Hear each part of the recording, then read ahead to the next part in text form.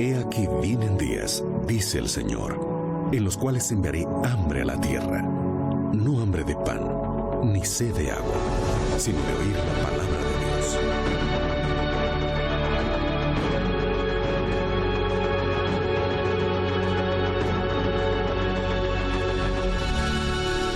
Dios. Libertad sin límites, con Joel Flores.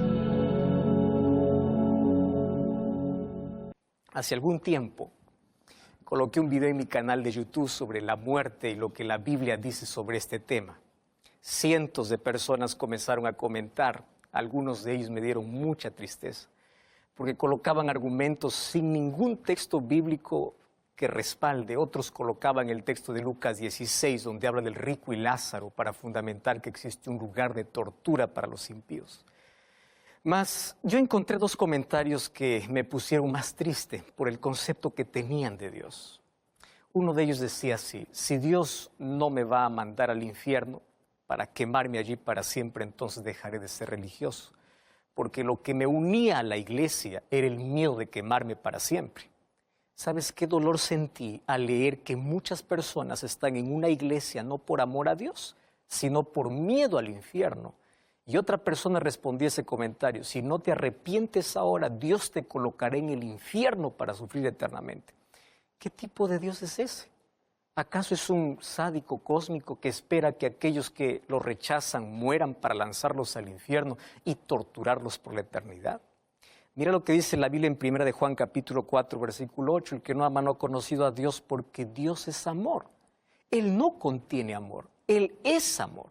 Entonces la creencia del tormento eterno desvirtúa el carácter de Dios, porque coloca a Dios como un tirano.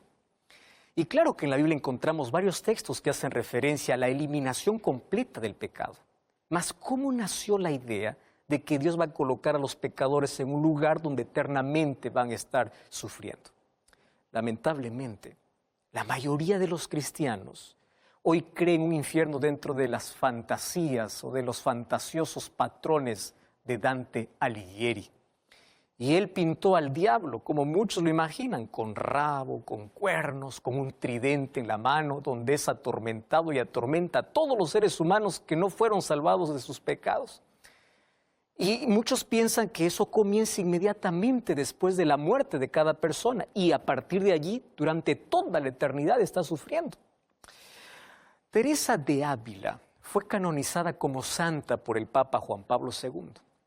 Y ella en su autobiografía dice que una vez fue conducida por un ángel hasta el infierno. Según ella, el objetivo de ese viaje era para motivarla a vivir de forma pura y justa.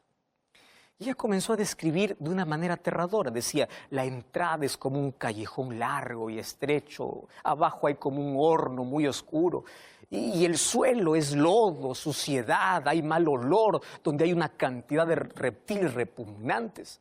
Y ella decía: yo sentí en el alma un fuego de tal violencia que no sé cómo explicarlo.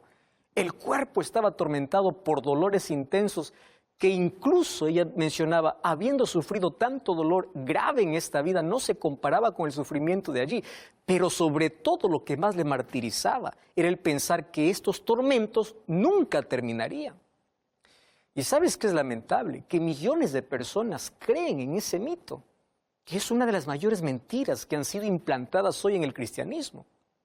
El nombre de esa teología se llama teología del miedo.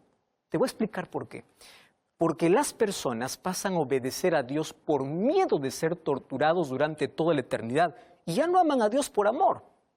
Y quiero decirte que Dios nunca motivaría a nadie a que sea bueno utilizando el miedo de las torturas eternas. Eso Dios nunca haría. ¿Tú has imaginado lo que sería sufrir eternamente sin ninguna esperanza de que acabe el dolor? Entonces, ¿qué clase de Dios sería ese si Él permitiese que el sufrimiento sea eterno? Y yo quiero reflexionar contigo en algunas preguntas que quiero que juntos podamos reflexionar. Primera pregunta: ¿tú crees que sería justo que una persona que vivió 90 años en pecado, rechazó a Dios durante esos 90 años, después de su muerte, Dios lo tenga por millones de años torturándolo? ¿Tú llamas eso justicia? Eso no tiene lógica. Y es más, es una afrenta al carácter de Dios. ¿Sabes que la Biblia nos enseña que los malvados serán que los malvados serán quemados y serán destruidos. Pero la Biblia no enseña que ellos serán quemados por los siglos y eternamente. Ese mito de que el impío vivirá eternamente torturado allí por el fuego, ¿sabes qué ha separado a millones de personas sinceras de Dios y de la Biblia? Porque muchos dicen, ¿qué Dios es ese? Es un Dios injusto, tirano, es un sádico. Y quiero decirte que una doctrina que separa a las personas de Dios no es correcta. Tampoco una doctrina bíblica te va a llevar a servir a Dios por miedo. Si tú estás sirviendo a Dios por miedo, eso no es correcto. Cuando la Biblia dice que debes temer a Dios, se refiere a respetar, a amar, a obedecer, pero hacerlo por amor, no por miedo. Y aquí tengo una segunda pregunta. ¿Cómo pasarías la eternidad pensando que un familiar tuyo que se perdió está ardiendo eternamente? ¿Cómo tú pasarías la eternidad? Eso no sería una eternidad. Una tercera pregunta para la reflexión. Para ser torturado eternamente, hay que vivir eternamente. ¿Estás de acuerdo conmigo? Eso significa que Dios nunca podría destruir el pecado, porque los pecadores continúan vivos y torturados. ¿Estás entendiendo? Ahora, la Biblia dice que vida eterna solamente tienen los que creen en Jesús. Juan 3:16, ¿recuerdas? Aquel que cree en Jesús. Entonces, ¿de dónde salió la idea que los impíos serán torturados por toda la eternidad? Porque para ser torturado eternamente, tendría que vivir eternamente. Y eso no dice la Biblia. Entonces, la confusión viene por dos palabras. Y estas dos palabras son traducidas como infierno en nuestro idioma castellano. Una de esas palabras es la palabra Sheol. Es una palabra hebrea que significa sepultura o lugar de silencio. La segunda palabra es griega. Es la palabra Hades. ¿Qué significa Hades? Sepultura. Entonces, algunas versiones de la Biblia traducen Hades o Sheol como ¿qué? Como infierno. Sin embargo, cada vez que leas infierno debe comprenderse como ¿qué? Como sepultura. Porque cuando la persona muere, permanece en un estado de inconsciencia allí en el cementerio. No está en el cielo, no está en el purgatorio. Eclesiastés capítulo 9, versículos 5 y versículo 6 dice, los vivos saben que han de morir, pero los muertos nada saben. Entonces, la Biblia afirma claramente que no hay conciencia de nada durante el estado de la muerte hasta la resurrección. O sea, no hay vida celestial ni hay vida infernal. Mira lo que dice el libro de 1 Tesalonicenses capítulo 4, versículo 13 hasta el versículo 16. Hermanos, no queremos que ignoren acerca de los que duermen para que no se entristezcan como aquellos que no tienen esperanza. ¿Acaso no creemos que Jesús murió y resucitó? Así también Dios resucitará con Jesús a los que han muerto con Él. Conforme a lo dicho por el Señor, afirmamos que nosotros, dice Pablo, los que quedamos vivos, los que hayamos quedado hasta la venida de Jesús, de ninguna manera nos adelantaremos a los que hayan muerto. Porque el mismo Señor, con voz de mando, con voz de arcángel y con trompeta de Dios, descenderá del cielo y los muertos en Cristo resucitarán primero. La Biblia es muy clara. Cuando Jesús resucitó a Lázaro, en Juan capítulo 11, versículo 11, Jesús dice, nuestro amigo Lázaro duerme, voy para despertarlo. Claro que Lázaro está muerto. Él no dice, Lázaro se fue al cielo, Lázaro está en la gloria. Y cuando fue a la sepultura y le resucitó, no le dijo, Lázaro baja del cielo. Le dijo, sal de la sepultura. Entonces la pregunta es, ¿por qué la mayoría de los cristianos creen que una persona cuando muere va al infierno o va a la gloria? Esa idea fue aceptada por los cristianos desde la Edad Media y los llevó a interpretar algunos textos bíblicos de forma equivocada. Uno de esos textos bíblicos está en Mateo capítulo 25, versículo 41, donde Jesús dice, y luego a los que están a su izquierda les dirá, apártense de mí, malditos al fuego eterno preparado por el diablo y sus ángeles. Y en el versículo 46, Mateo 25, 46, dice, aquellos irán al castigo eterno y los justos a la vida eterna. Vamos a interpretar ese texto. Otro texto está en el libro de Marcos, capítulo 9, versículo 43. Allí dice, si tu mano te hace pecar, córtala. Más te vale entrar en la vida manco que ir con las dos manos al infierno, donde el fuego nunca se apaga. Entonces, algunos dicen, ahí está, una persona cuando muere va al infierno y ahí va a arder para siempre. Vamos a ver qué se trata eso. En la mala interpretación de estos textos se encuentra la teología del miedo, que denigra el carácter de Dios. Ahora, para entenderlo, nosotros necesitamos responder algunas preguntas. ¿El fuego y el castigo eterno se refiere a la duración del fuego o a las consecuencias? Esa es la primera pregunta. O sea, ese fuego ya existía antes de la vida en la tierra, porque dice que fue preparado para el diablo y sus ángeles. Para responder, vamos a leer otro texto bíblico. Mira lo que es el libro de Judas, capítulo 1, versículo 7. Así también Sodoma y Gomorra y las ciudades vecinas fueron puestas en escarmiento al sufrir, presta atención aquí, dice, el castigo del fuego eterno. ¿Estás entendiendo? Castigo del fuego eterno. Por haber practicado la inmoralidad sexual y vicios contra la naturaleza. ¿Qué cosa dice? Que Sodoma y Gomorra fue al castigo eterno, o sea, al fuego eterno. El texto dice que sufrieron fuego eterno. Ahora te hago una pregunta. ¿Sodoma y Gomorra está ardiendo hasta hoy? Claro que no. Entonces la cuestión no es la duración del fuego, sino la duración de las consecuencias. Es decir, la muerte es eterna. El fuego es literal, claro, el fuego arde, quema, consume, pero no es de duración eterna. Los resultados son eternos. Es la muerte eterna, la destrucción es eterna. Y ahora te voy a explicar por qué. Porque en el idioma hebreo, la palabra olam y en el griego la palabra aionion son traducidas como eterno. ¿Y por qué te estoy explicando esto? La palabra eterno en el hebreo depende a qué elemento esté sujeto. Por ejemplo, si la palabra olam está sujeto a Dios, significa eterno sin fin. Pero si está sujeta al hombre o al pecado, significa eterno mientras vive. Eterno mientras dure. Por eso es que la vida eterna es real, porque está sujeta ¿a qué? A Dios. ¿Entiendes? Te voy a llevar a un texto bíblico. Primera de Crónicas, capítulo 28, versículo 4. Presta atención. David dice así: Jehová, el Dios de Israel, me eligió de toda la casa de mi padre para que eternamente fuese el rey de Israel. ¡Wow! ¿Qué palabra está aquí? Olam. Pero Primera de Crónicas, capítulo 29, versículo 27, dice así: el tiempo que reinó sobre Israel fueron 40 años. O sea, fue eterno mientras vivió. O sea, aquí eterno significa de manera ininterrumpida mientras existió. Mas cuando la palabra está unida directamente a Dios, es eterno sin fin. Por ejemplo, Juan 3:16, para que todo aquel que en él cree no se pierda, mas tenga vida eterna. ¿A dónde está unida la palabra eterno? A Dios, por eso es eternidad sin fin. 1 Juan 5:12 dice, quien tiene al Hijo tiene la vida. Otro ejemplo lo encontramos en en Isaías 34:10. Allí dice que el humo de una ciudad impía subirá eternamente. Pero hoy no existe más ese humo, porque no está hablando que el fuego durará para siempre, sino que esas ciudades serán destruidas para siempre. O sea, el fuego eterno en sus resultados, no en su duración. Cuando tú entiendes el significado real de las palabras, todo se vuelve más comprensible. Pasamos a ver la diferencia entre el castigo eterno y el acto de castigar eternamente.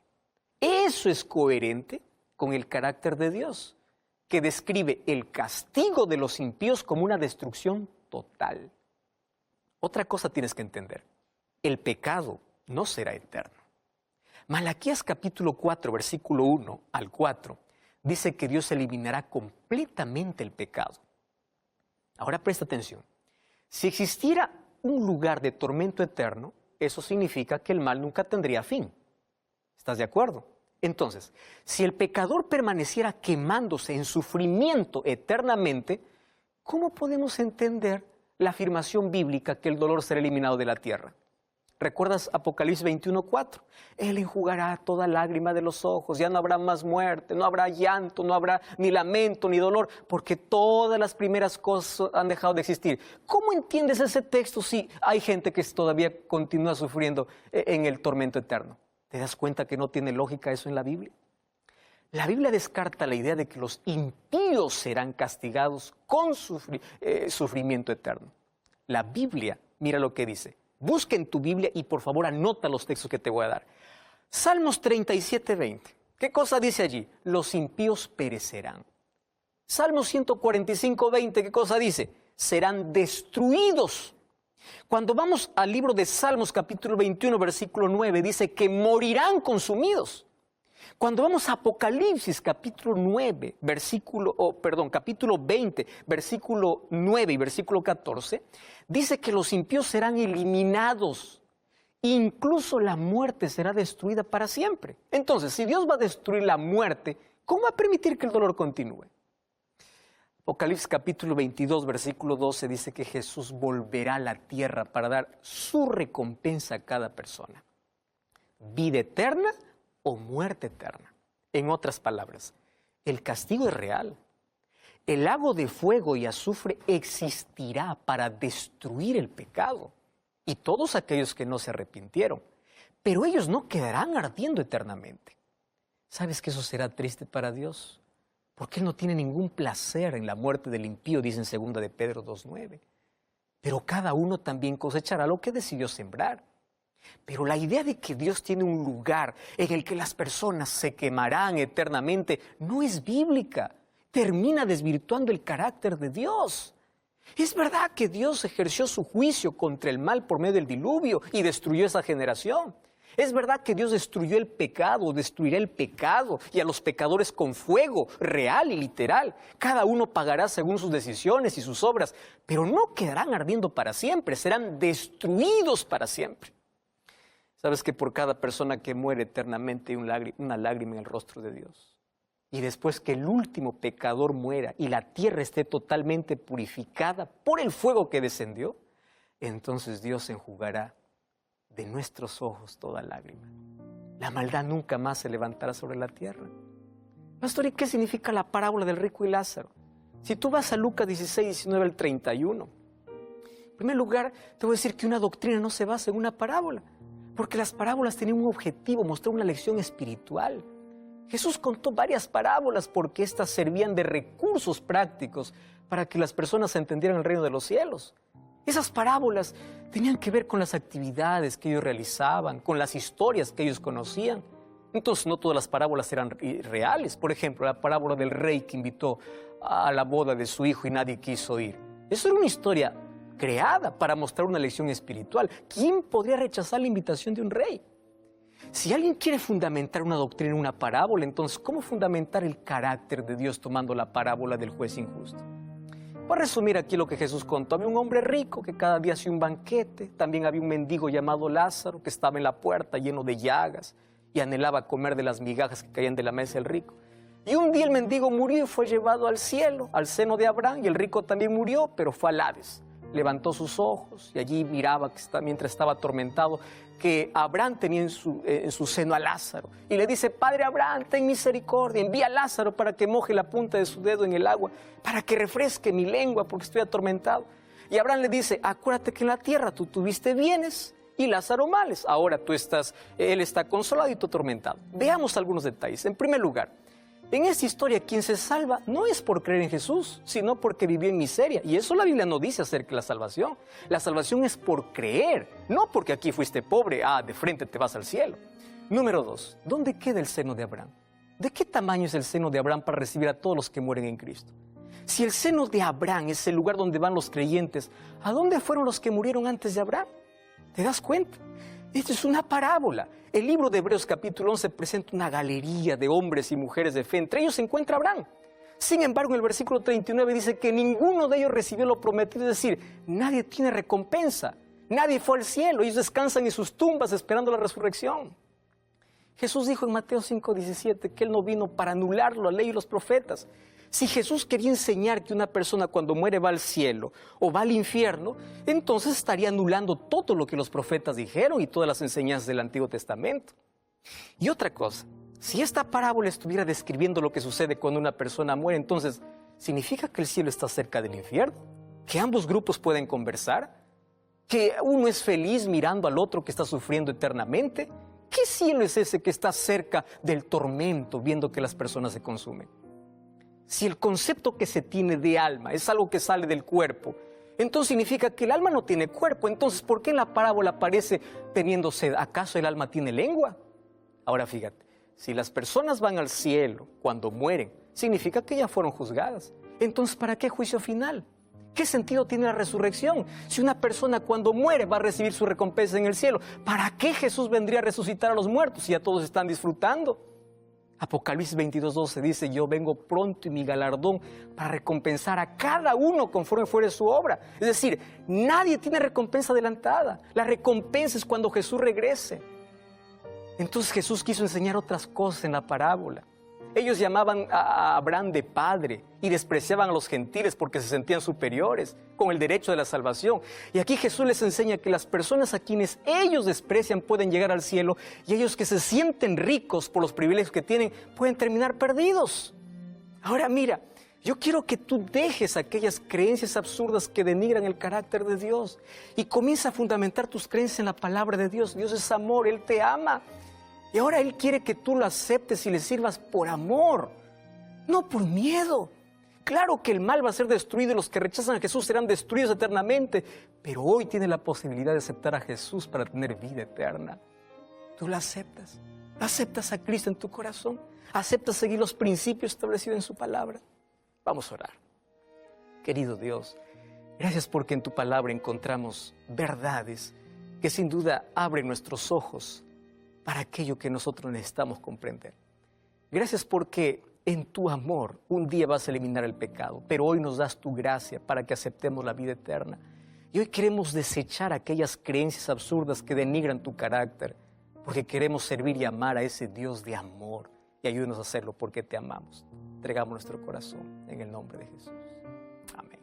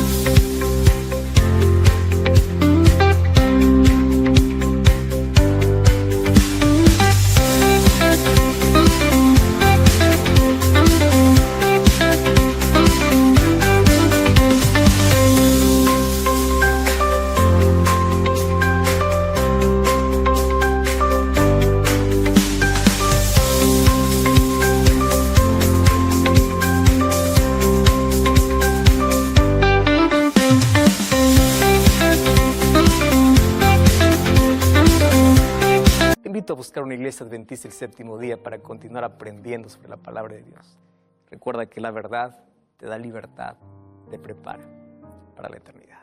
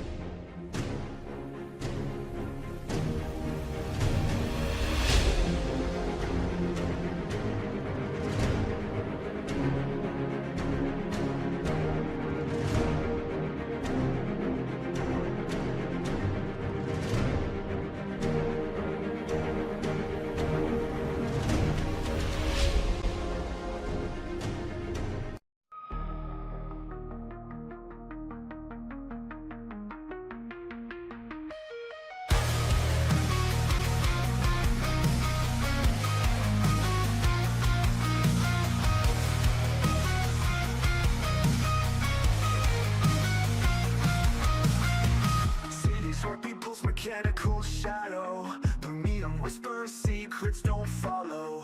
Streets empty, ghosts, echoes of tomorrows. Midnight clocks, ticks, lost dreams borrowed. Skyline, fractured moonlight dissected. Cold reflections, memories neglected. Voices calling from digital ocean. Darkness creeping, unnatural motion. Echoes in the void, lost and destroyed. Cold reflections never Steep in the silence we keep, floating like a star, no matter where you are. Eyes so full of shine, hands that intertwine, heartbeats synchronized under twilight skies. Mystic dreams unwind, lost within our mind. All we feel is light in the endless night. Mystery so deep, where do these visions creep? Whispers of a past, a future meant to last. Maybe dreams unfold, stories yet untold, guiding hearts astray to find a brighter day. Misted dreams.